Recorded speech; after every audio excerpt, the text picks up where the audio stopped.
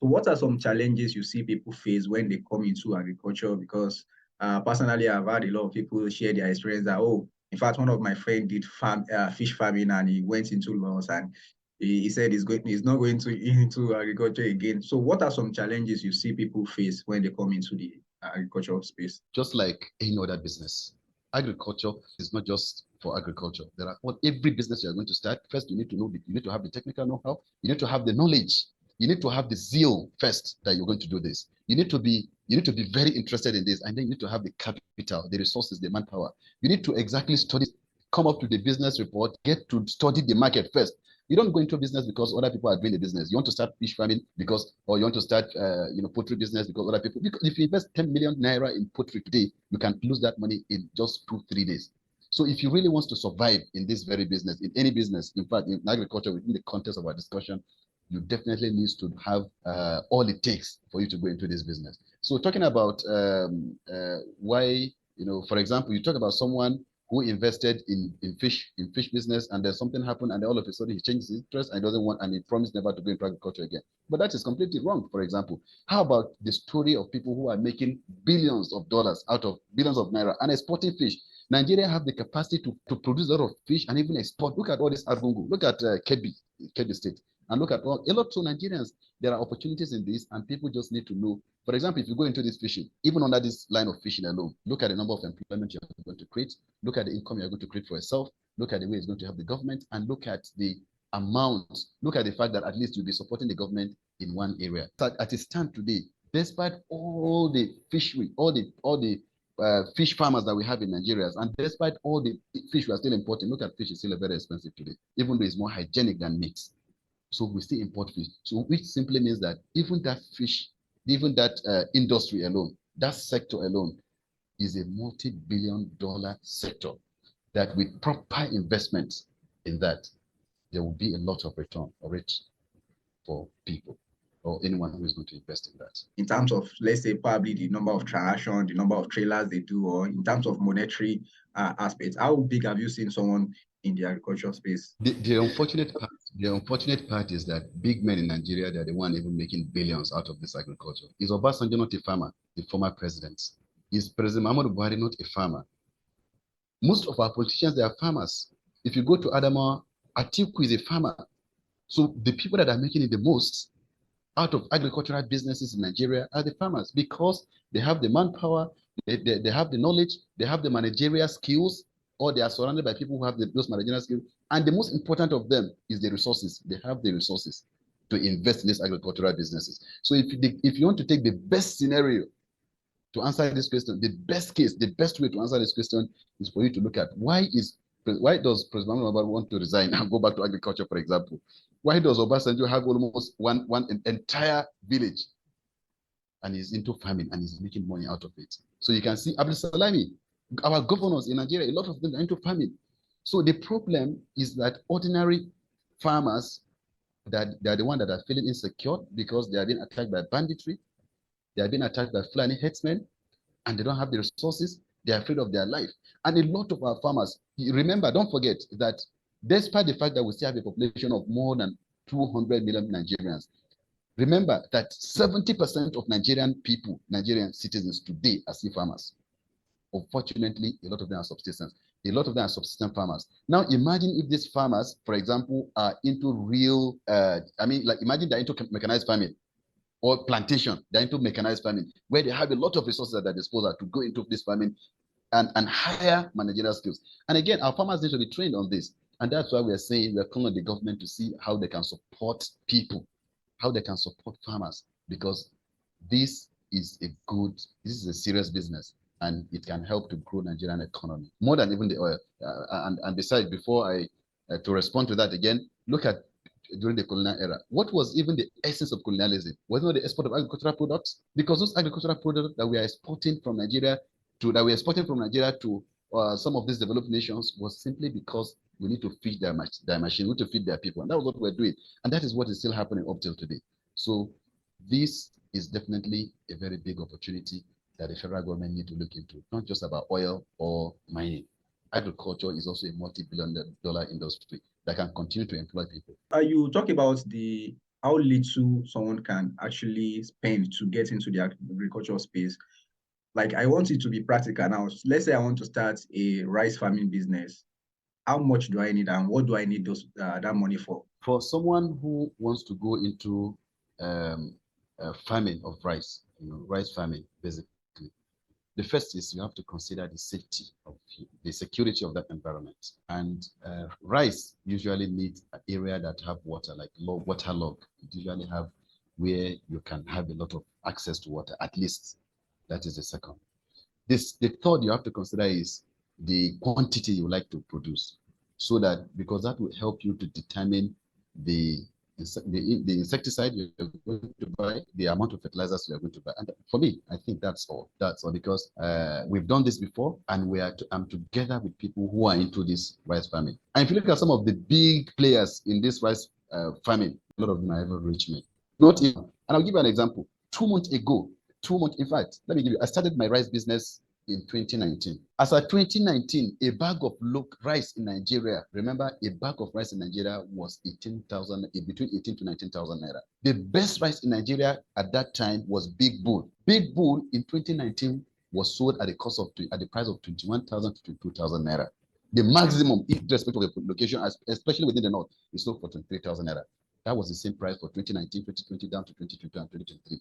As I'm talking to you now, Big Bull is heading to 50,000 naira. There's this rice they call Police. Okay, that rice was sold at the price of 18 to 19,000. They call it CP. Sorry, to be precise, CP. That rice is current as at that time was sold at a cost of 17 to 18,000 naira.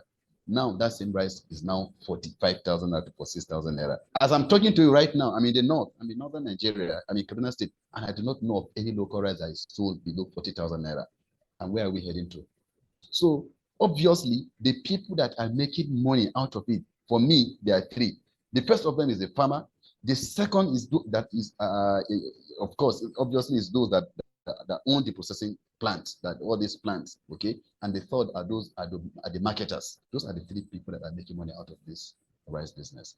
And for me, even that is very good for them. We also need to see how we can do what we can be able to do in order to reduce the price of rice, because it's becoming a problem for ordinary Nigerians to eat rice daily now because of the price. So that means someone can actually start with as low as 500,000 or not even up to that if you want to start farming. Yeah, definitely. For the farming, yes. Can a single person actually operate a farm? Because I attended a conference and the man was telling me that farming is very stressful, he's very old, he is very old, and he couldn't actually do all the work. He had to hire tractors and all that. Can a single person actually do this farming business? Yeah, a single person can do it. It's just that sometimes you might need some hands to help you clear the grasses, because you're going to have weeds. You're going to have unwanted grasses around there. So you will need someone that can help you clear some of these areas, because division of labor is always very important. Sometimes, if for example, let's say for example, you're investing 500,000 naira, and out of this 500,000 naira, there's 50,000 naira for labor. I mean, that labor means someone that can get to fetch you water, someone that can help you secure the place, or probably someone that can help you clear some of the grasses. I think division of labor is very important. You can do it almost alone, but you need the assistance of one or two persons that can help you in order to make sure that you are able to achieve your aims. But for currently, how much is the average cost of employing a labor per day currently for farming business? If you travel to the rural areas, you're still within the range of 500 to 1,000 naira. It depends on the number of hours the worker is going to serve you. However, if it's just to clear grasses, sometimes they charge you depending every week. Maybe they might charge you for 3,000 to 4,000 naira. They still do it. All right. So the price per day, I think, is usually between 500 naira to 1,000 naira. Remember, a lot of them in the village, they are very poor. All they need is just money, what they can be able to feed, what they can use to buy food, so that they can sustain them for that very day. And 500 naira or 600 naira is still a very good price for them, especially if the farm is not very large. So you actually talk about marketers, that is those that get I guess those are the people that get the products from the farmers and then they take it to the market. Is that right? Yeah, the marketers sometimes are those that help those processing company to market their products. And sometimes if someone will farm and he doesn't know how to sell his products, or he doesn't know, or there are no roads to convey those goods to outsiders. For example, I'll give you, last week I was in Yobe State.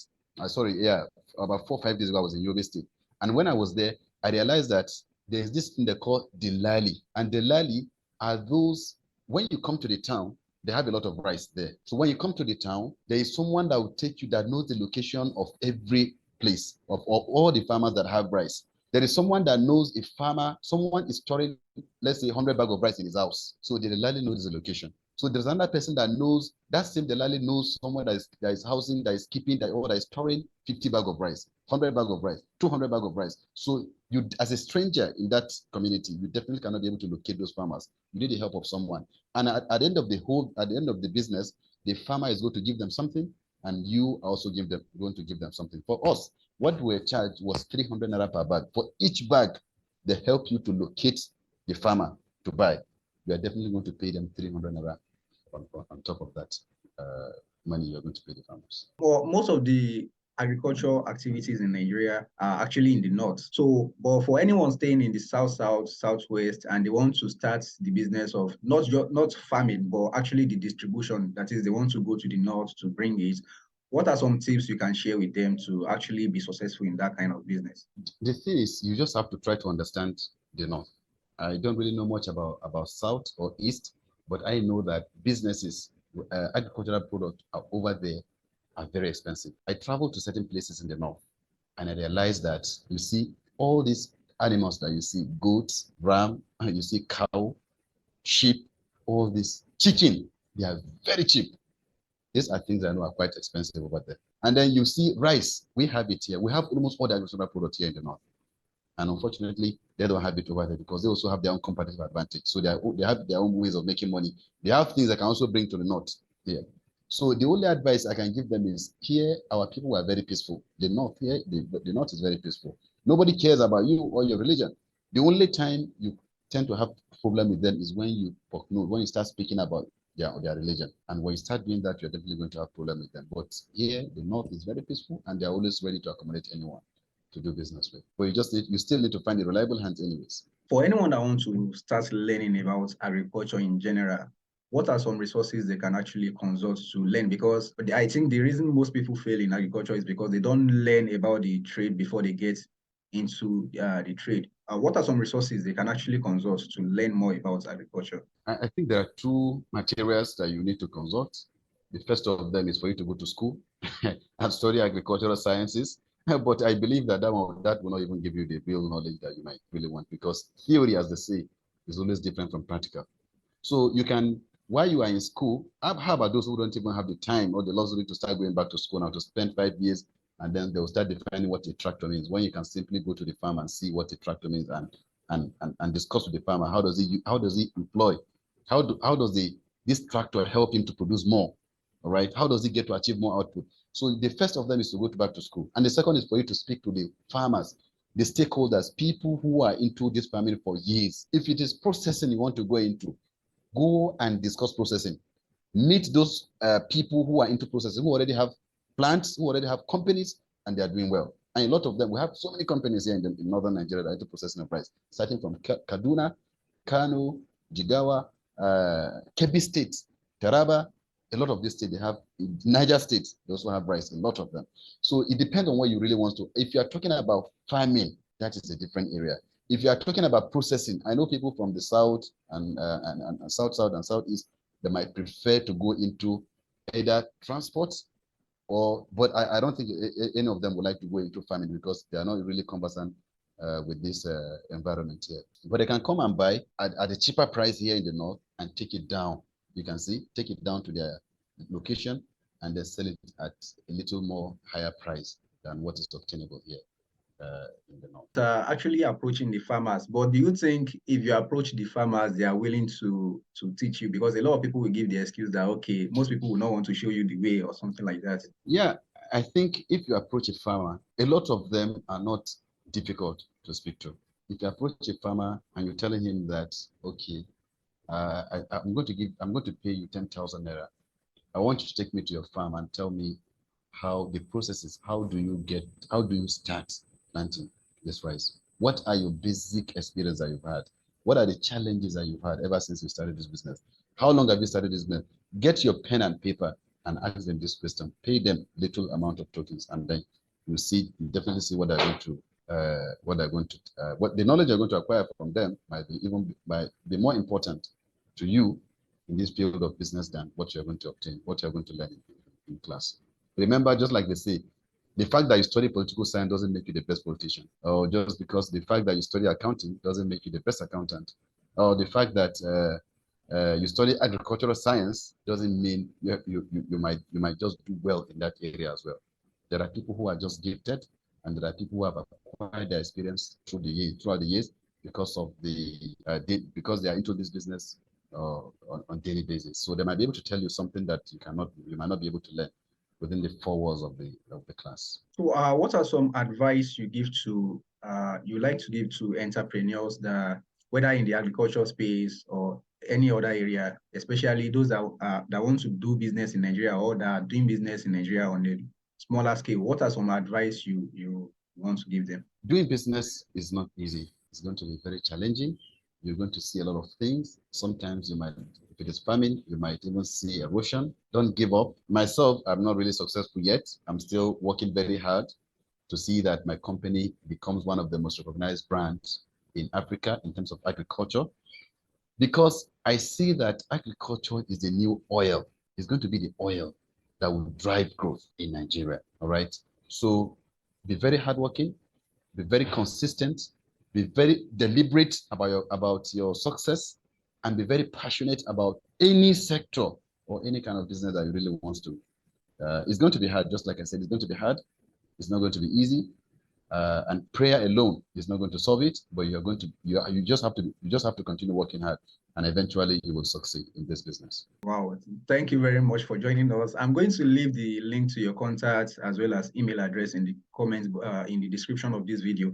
Thank you very much for joining me. I've actually learned, personally, I've learned a lot of things, and this is one of the most interesting sessions I've ever had on this podcast. Thank you very much for joining me, and I'll see you next time. Thank you very much, sir. Thank you so much. You're welcome. Thank you for the invite.